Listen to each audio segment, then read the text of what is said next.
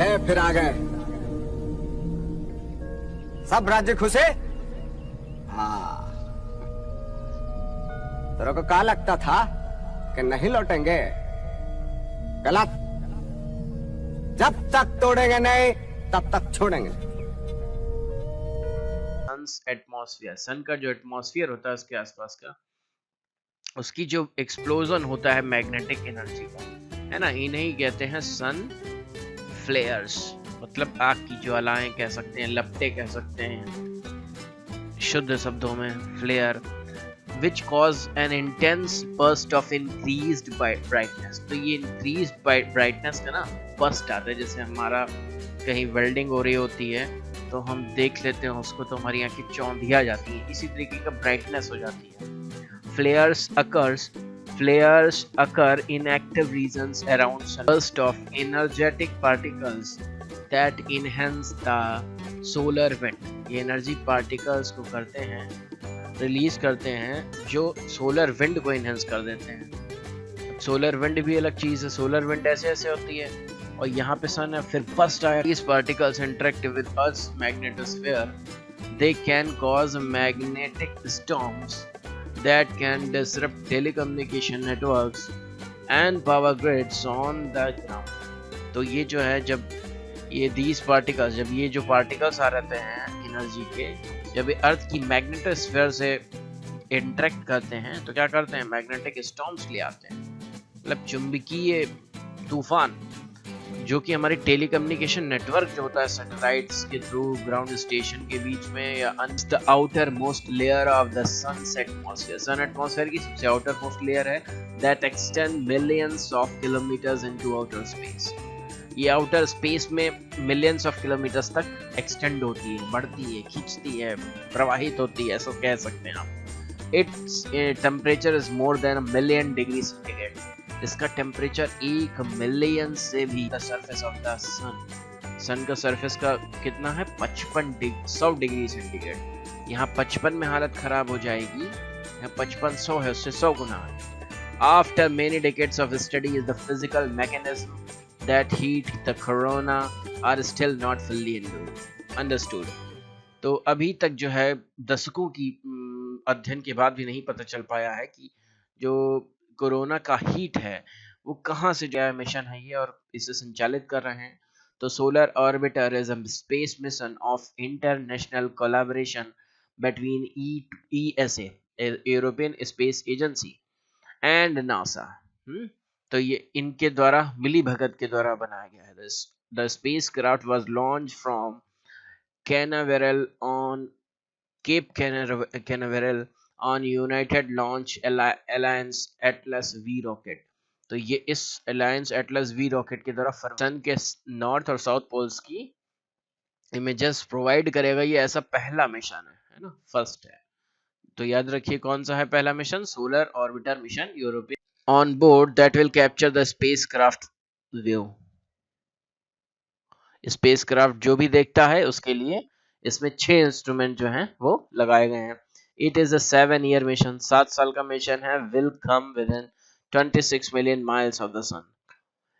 तो ये 26 million miles sun के नजदीक जाएगा।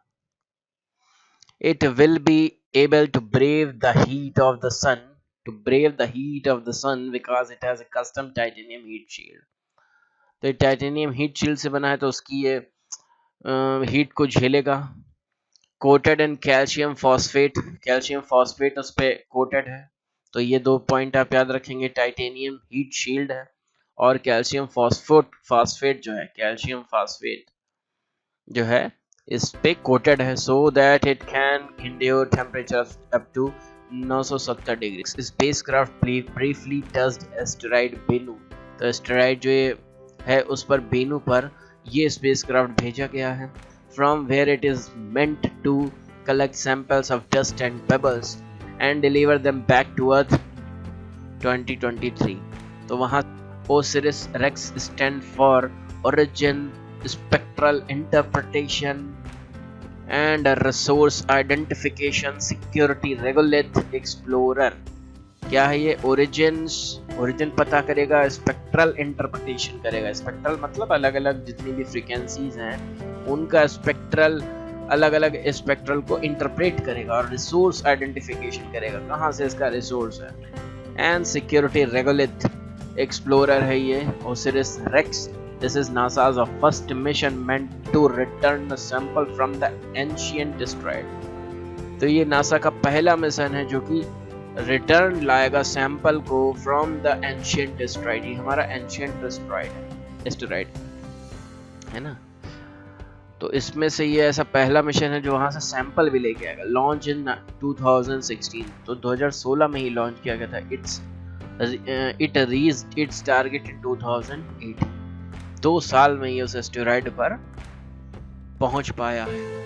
अब एस्टेरॉइड बेन्नू के बारे में पढ़ लेते हैं। बेन्नू भैया ये कौन है, क्या नामकरण, क्यों नामकरण का ऐसा किया गया?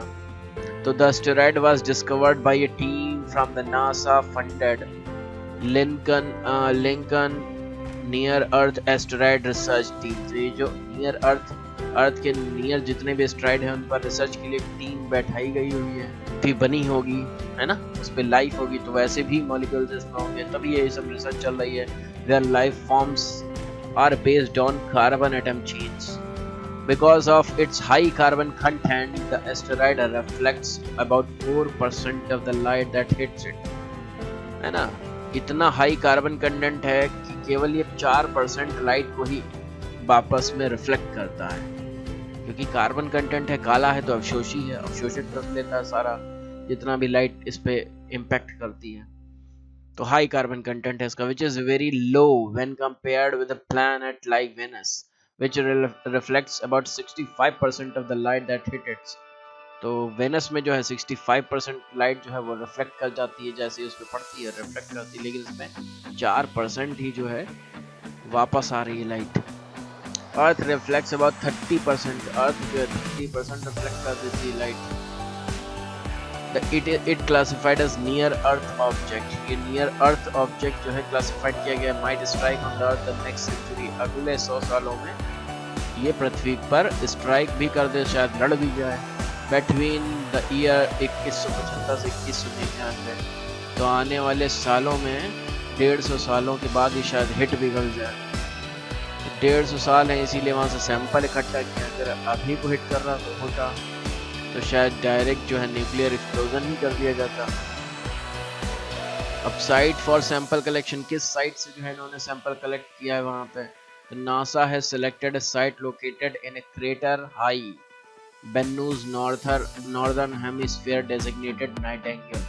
तो जिस बेन्नू का जो northern hemisphere that orbit the sun much smaller than planet, sun को ही ऑर्बिट करते हैं और प्लैनेट से बहुत छोटे होते। There are also called minor planets, छोटे ग्रह भी इन्हें कहते हैं, बहुत ही छोटे ग्रह कहते हैं। As per NASA 9,94,383 is the count for known asteroids.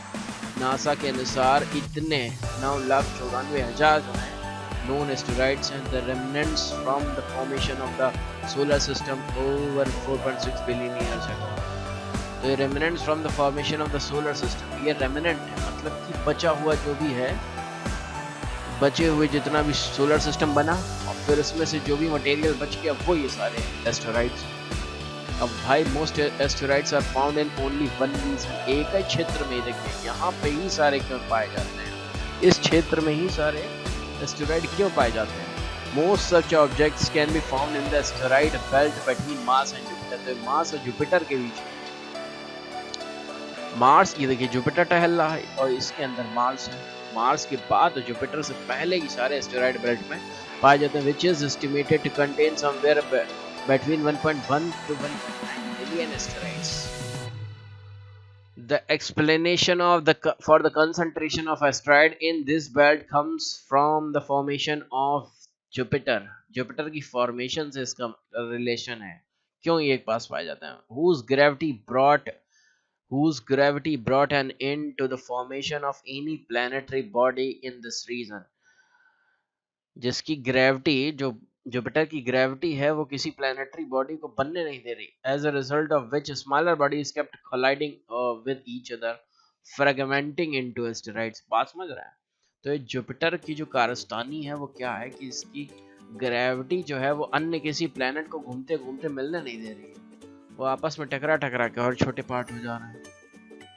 तो इनका अलग रुतबा है अपने क्षेत्र में जुपिटर साहब का। अगला पॉइंट देख लेते हैं, अदर टाइप्स ऑफ एस्टेरॉइड्स कौन कौन से हैं मेन। तो पहला है trojans, which are asteroids that share an orbit with a larger planet। एक लार्जर प्लेनेट के साथ वो ऑर्बिट शेयर करते हैं। नियर अर्थ ऑर्बिट्स कौन है, which have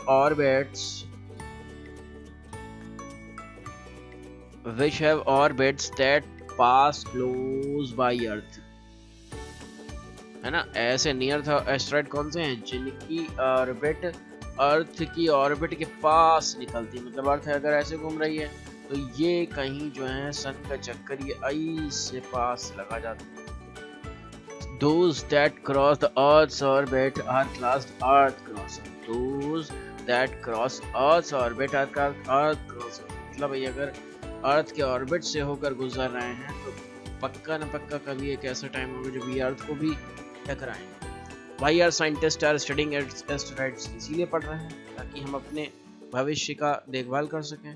तो look for information about the formation and history of planets and the sun since। बहुत लंबा दंगल चलेगा रे तो हम तो ये कहेंगे कि भगवान के भरोसे मत बैठिए, क्या पता भगवान हमरे भरोसे बैठा हो।